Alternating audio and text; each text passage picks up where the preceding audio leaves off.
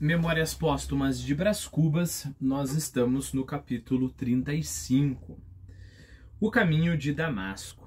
Ora, aconteceu que 8 dias depois, como eu estivesse no caminho de Damasco, ouvi uma voz misteriosa que me sussurrou as palavras da Escritura. Atos, capítulo 9, versículo 7. Levanta-te e entra na cidade. Bom, como eu falei para você, é impossível não notar que isso é o Machado de Assis fazendo uma referência tão explícita. Ele colocou o capítulo ali da Bíblia. Que a gente só vai entender a piada se tiver, a graça, a referência, se realmente a gente tiver esse conhecimento bíblico, né? Então essa vai ser a digressão do vídeo. É provável que eu passe aí os próximos 5, 10 minutos fazendo essa digressão.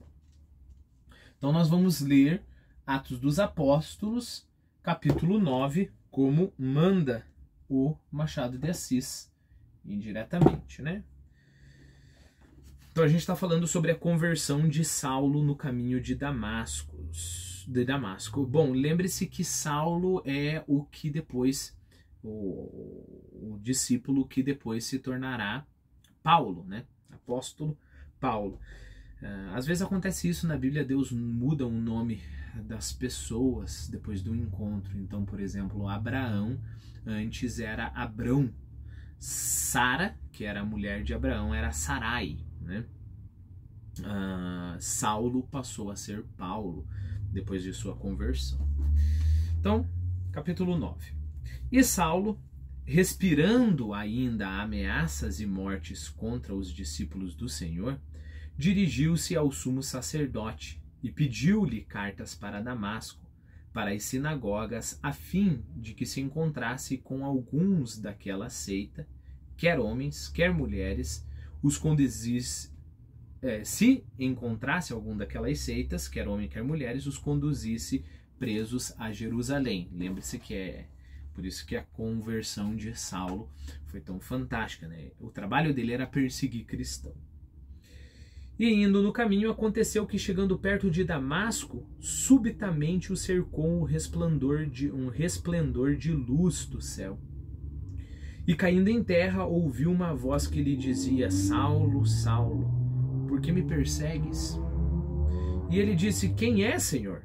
E disse o Senhor: Eu sou Jesus, a quem tu persegues. Duro é para ti recalcitrar contra os aguilhões. E ele, tremendo e atônito, disse: Senhor, que queres que faça? E disse-lhe o Senhor: Levanta-te e entra na cidade. Nossa passagem, né? Levanta-te e entra na cidade, e lá te será dito o que te convém fazer. E os varões que iam com ele pararam espantados, ouvindo a voz, mas não vendo ninguém. E Saulo levantou-se da terra e, abrindo os olhos, não via a ninguém. E guiando-o pela mão, o conduziram a Damasco. E esteve 3 dias sem ver, e não comeu nem bebeu.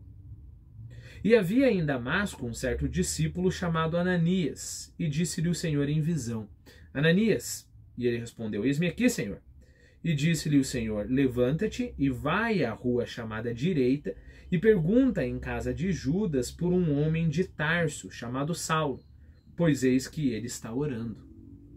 E numa visão, ele viu que entrava um homem chamado Ananias e punha sobre ele a mão para que tornasse a ver. E respondeu Ananias: Senhor, de muitos ouvi acerca deste homem, quantos males tem feito aos teus santos em Jerusalém. E aqui tem poder dos principais dos sacerdotes para repreender a todos os que invocam o teu nome. Disse-lhe, porém, o Senhor: Vai, porque este para mim é um vaso escolhido, para levar o meu nome diante dos gentios, quer dizer, dos não-judeus, né? E dos reis e dos filhos de Israel. E eu lhe mostrarei quanto deve padecer pelo meu nome. E Ananias foi e entrou na casa, e impondo-lhe as mãos, disse: Irmão Saulo, o Senhor Jesus, que te apareceu no caminho por onde vinhas, me enviou, para que tornes a ver e sejas cheio do Espírito Santo. E logo lhe caíram dos olhos como que umas escamas, e recuperou a vista. e levantando-se foi batizado. Bom, a continuação desse capítulo é: o perseguidor torna-se perseguido. Não precisa a gente ler, né? Mas note, quando essa voz fala para Saulo entrar na cidade, esse vai ser um momento importantíssimo, não somente para Saulo, mas também para a história da igreja. Até aquele momento não tinha quase ninguém para pregar ao resto da humanidade, né? Jesus tinha vindo para os judeus, então isso mudou a história do cristianismo. Então perceba a ironia aqui. O caminho de Damasco. Ora, aconteceu que 8 dias depois, como eu estivesse no caminho de Damasco, ouvi uma voz misteriosa que me sussurrava as palavras da Escritura. Atos capítulo 9, versículo 7. Levanta-te e entra na cidade. Essa voz saía de mim mesmo e tinha duas origens. A piedade, que me desamarrava ante a candura da pequena, e o terror de vir a amar de veras e desposá-la. Outra cena que, na minha opinião, é dilacerante, né? Ele estava começando, a personalidade da Eugênia é muito forte, né? Ela é uma mulher muito forte, embora seja basicamente uma menina. E olha o perigo de se apaixonar. Ela é uma coxa, né? Uma mulher coxa. Quanto a este motivo da minha descida, não há de duvidar que ela o achou e mo disse. Foi na varanda, na tarde de uma segunda-feira, ao anunciar-lhe que na seguinte manhã viria para baixo. Então perceba, a voz aqui fala para ele fazer uma das maiores crueldades. Não só uma crueldade para com Eugênia, mas se você pensar bem, a gente já sabe o final dessa narrativa, então não existe spoilers, né? Se você pensar bem, é uma crueldade para a própria vida do Dom Casmurro. Vamos imaginar que aqui ele tivesse falado, que se ferrem as convenções. Ela é coxa, que se ferrem os meus preconceitos. Eu vou me entregar a esse amor e com o tempo eu esqueço que ela é coxa e esqueço essa história de grandeza que meu pai tem e eu vou me entregar a esse amor singelo, a essa coisa simples. Se você pensar nesse momento, se ele tivesse tomado essa decisão, ele não teria morrido triste, sozinho, lá com aquela ideia absurda do emplasto dele anos depois, né? Ele não teria passado todo aquele tempo com... a gente não sabe ainda, mas a gente sabe que ele foi amante da Virgínia. Não teria passado toda essa vida sem perceba, embora ser amante de uma pessoa seja uma coisa muito apimentada, né? Não é nada gratificante. Deve ser gratificante assim, primeiro mês, segundo mês, mas ter isso da tua vida, você não tem ninguém para chamar de teu, alguém com quem você vai construir a sua vida, uma coisa bem difícil, né? Então aqui ele está sacrificando não só a Eugênia, né? Ele está sacrificando a própria felicidade. Mas ele escutou a voz no caminho de Damasco e tudo mudou, né? Perceba, a voz no caminho de Damasco cegou Saulo, correto?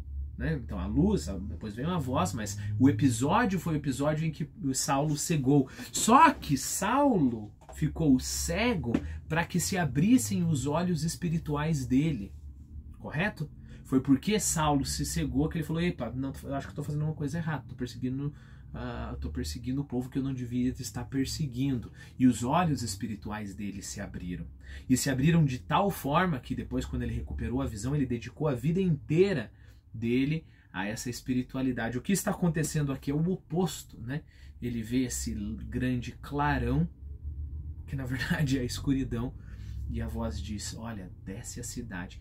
E o que o Brás Cubas está fazendo aqui? Ele está voluntariamente se tornando cego espiritualmente. Não entenda espiritualmente só com coisas como se fosse só coisa de igreja, não é isso, né? Então, o espírito dele está falando, essa pequena é uma pequena admirável. A alma dele está falando, olha, tem como se apaixonar por essa pequena, né? E aí o que ele faz? Vou ficar cego. Né?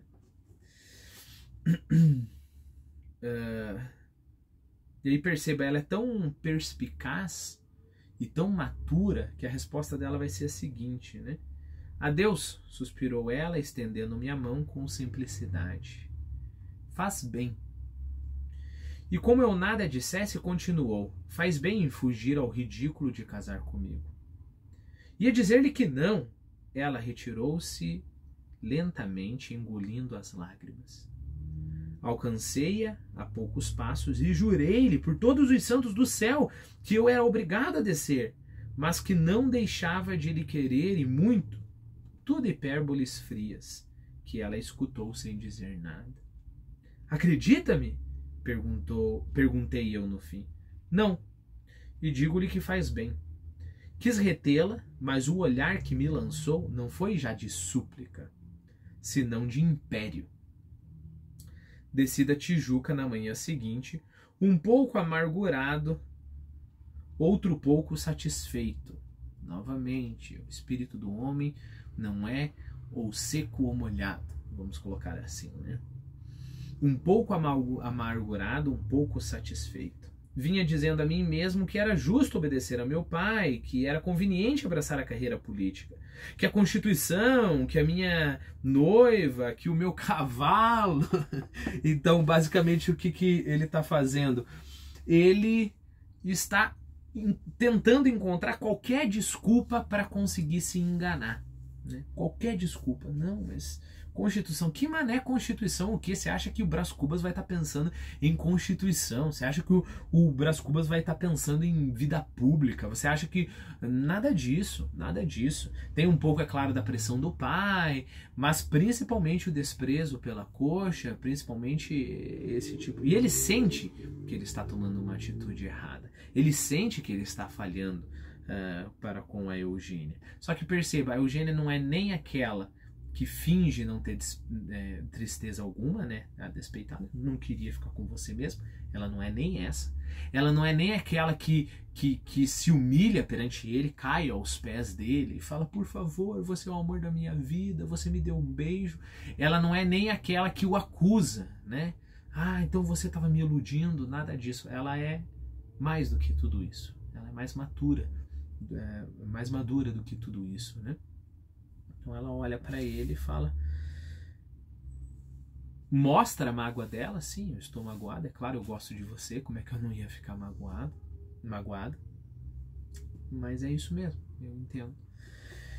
E não tem como não olhar com um olhar muito simpático para a Eugênia, não tem como deixar de vê-la pelo menos um pouco encantadora, essa personalidade dela, essa força dessa personalidade dela. Né? Bom, eu coloquei uma notinha aqui, basicamente parafraseando isso que eu já falei aqui no vídeo. Você agora olha melancólico e cínico, perceba, é isso que o Brás gera na gente. Você olha melancólico e cínico para o Brás Cubas nesse momento e comenta, parabéns, você conseguiu com sucesso calar a voz da tua consciência, né? E há um pouco de amargura, aquela gota de amargura que o próprio Brás Cubas tem, mas a tristeza também, há essa melancolia. Você fala isso para o Brás Cubas com melancolia, com cinismo, com um pouco de prazer sádico, assim, né? Então, basicamente, o Brás nos transforma nele mesmo aqui, pelo menos na personalidade, né? Bom, e eu ia falar sobre essa mistura típica, né? Um pouco amargurado, outro pouco satisfeito, mas a gente já tem conversado longamente sobre isso.